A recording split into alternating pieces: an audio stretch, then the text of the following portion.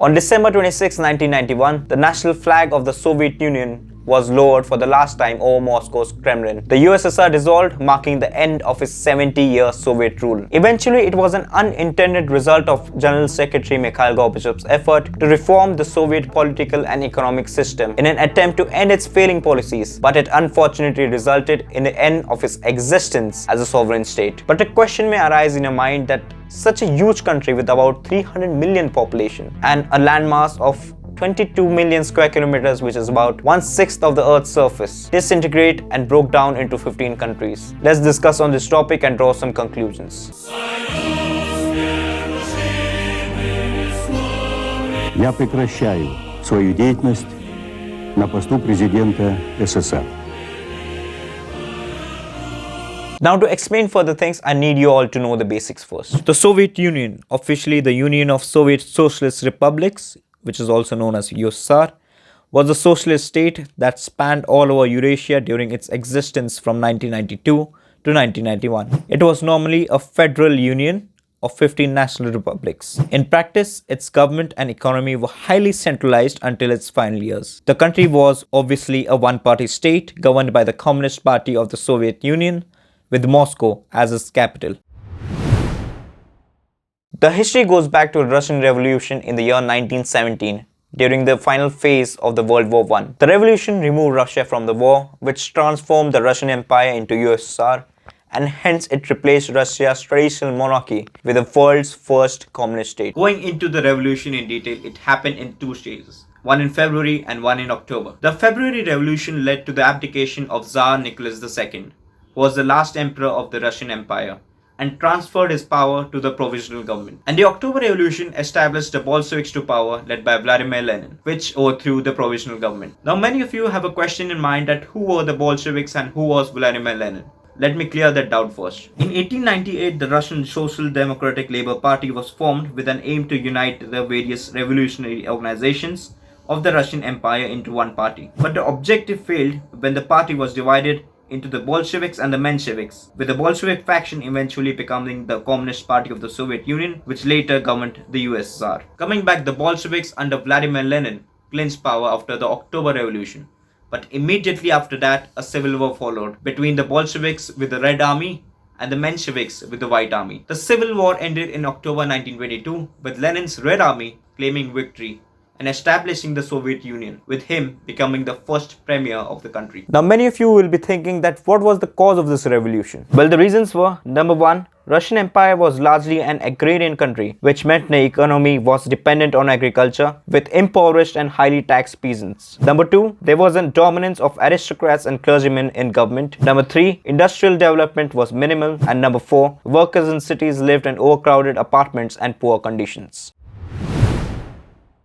Lenin was one of the leading political figures and revolutionary thinkers in the 20th century and was the architect and the first head of the USSR. He was born in 1870 into a well-educated family. He excelled at school and went on to study law. At university, he was exposed to radical thinking, and his views were also influenced by the execution of his elder brother, a member of a revolutionary group who assassinated the then Russian Emperor, Tsar Alexander II. Expelled from the university for his radical beliefs, he completed his law degree as an external student. He eventually became a professional revolutionary in the subsequent years and went on to lead the Bolshevik faction of the Russian Social Democratic Workers' Party. In 1917, exhausted by the World War I, Russia was ripe for change. Assisted by the Germans who hoped that he would undermine the Russian war effort, Lenin returned home and started working against the provisional government who had overthrown the Tsarist regime. He eventually led the October Revolution and 3 years of civil war followed. Finally, the Bolsheviks were victorious and assumed total control of the country. After establishing USSR in December 1922, Lenin died in 1924. Widely considered one of the most significant and influential figures of the 20th century, Lenin was the posthumous subject of a pervasive personality cult within the Soviet Union until its dissolution in 1991. He became an ideological figurehead behind Marxism, Leninism, and a prominent influence over the international communist movement. A controversial and highly divisive historical figure, Lenin is viewed by supporters as a champion of socialism and the working class, while critics have accused him of establishing a totalitarian dictatorship and ordering political repression and mass killings. Now, for those of you who are confused about his ideology, that is Leninism, it differs from Marxism, which is the original communist ideology, only on the point that Leninism promotes dictatorship on the behalf of proletariat. Joseph Stalin was a Georgian revolutionary and a Soviet politician who governed the Soviet Union from the year 1924 until his death in 1953. He was the General Secretary of the Communist Party of the Soviet Union, but ultimately consolidated power to himself to become the country's dictator in the 1930s. Born to a poor family in the Russian Empire, Stalin joined the Marxist Russian Social Democratic Labour Party. He raised funds for Vladimir Lenin's Bolshevik faction via robberies, kidnappings, and protection rackets. Stalin assumed leadership over the country following Lenin's death in 1924. Due to the 5-year plans implemented under his leadership, the country underwent agricultural collectivization and rapid industrialization. This led to severe disruptions of food production that contributed to the famine of 1932-33, which caused over 6 to 8 million deaths in Ukraine and Kazakhstan. Stalin was so ruthless that in his reign, over 1 million were imprisoned and at least 700,000 executed between 1934 to 39. By 1937, he had absolute control over the party and government. Stalin promoted Marxism and Leninism abroad and supported European anti-fascist movements in the 1930s. In the World War II, the Soviets annexed the Baltic states and then established Soviet-aligned governments throughout the Central and Eastern Europe, China, and North Korea. The Soviet Union and the United States emerged as global powers and entered a period of tensions, which was the Cold War. Stalin presided over the Soviet post-war reconstruction and its development of an atomic bomb in 1949. Widely considered to be one of the 20th century's most significant figures, Stalin is revered as the champion of the working class and socialism. Conversely, his regime has been described as totalitarian and has been widely condemned for overseeing mass repression, ethnic cleansing, wide-scale deportation, hundreds of thousands of executions, and famines that killed millions.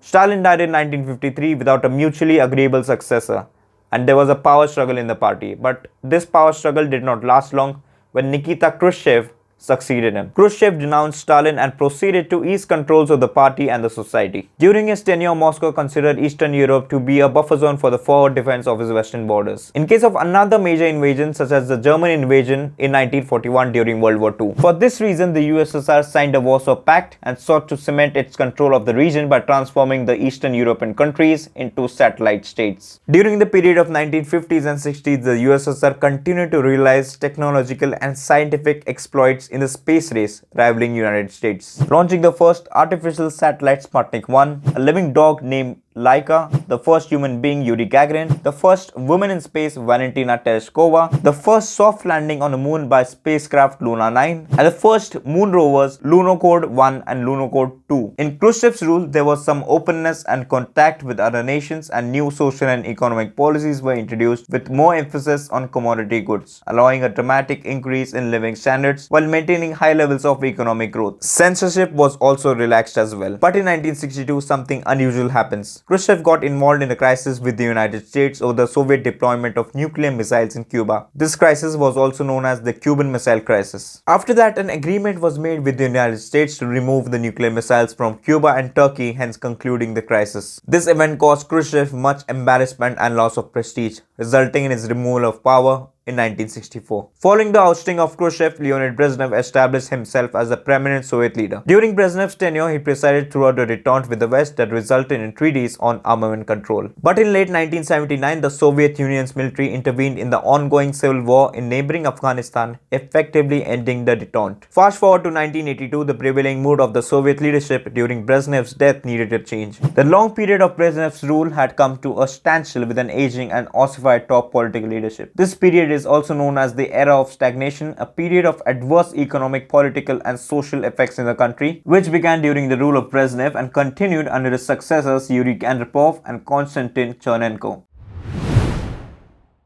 The collapse of the Soviet Union started in late 1980s and was complete on December 25, 1991, when the country was divided into 15 independent states. This also signaled the end of Cold War between the Soviet Union and the United States. This started when Mikhail Gorbachev was elected the General Secretary of the Communist Party of Soviet Union in 1985. When he took over, the Soviet economy was in bad shape. His idea was to reform the economy and modernize the political situation of the country. There were two main platforms of Gorbachev's reform. The first he called as Glasnost. Glasnost allowed more freedom of speech and openness in government. Government officials would now be held accountable to the people for their actions. Although Glasnost was a good thing for the people, it also allowed people to protest and the media to report on issues for the first time. Many of the outlying states used this new freedom to express their desire for independence. The other major reform was called Perestroika. Perestroika meant restructuring. Gorbachev meant to restructure the Soviet economy to work more efficiently. He allowed some private ownership and released some of the tight control the government had on the economy. However, things got worse before they got better because the Baltic region,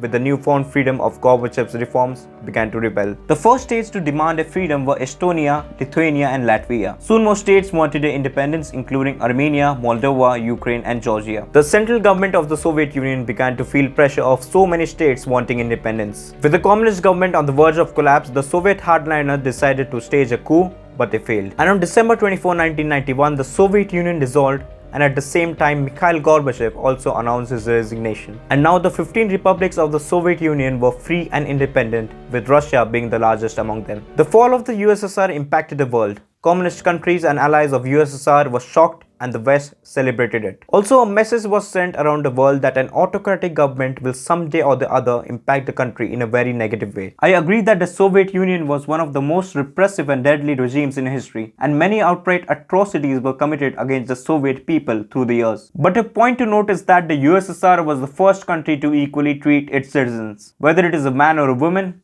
whether it is rich or poor, whether he is black or white, everybody was equal. So that's it for this video, and if you find this video interesting, then please like and subscribe. Thank you for watching.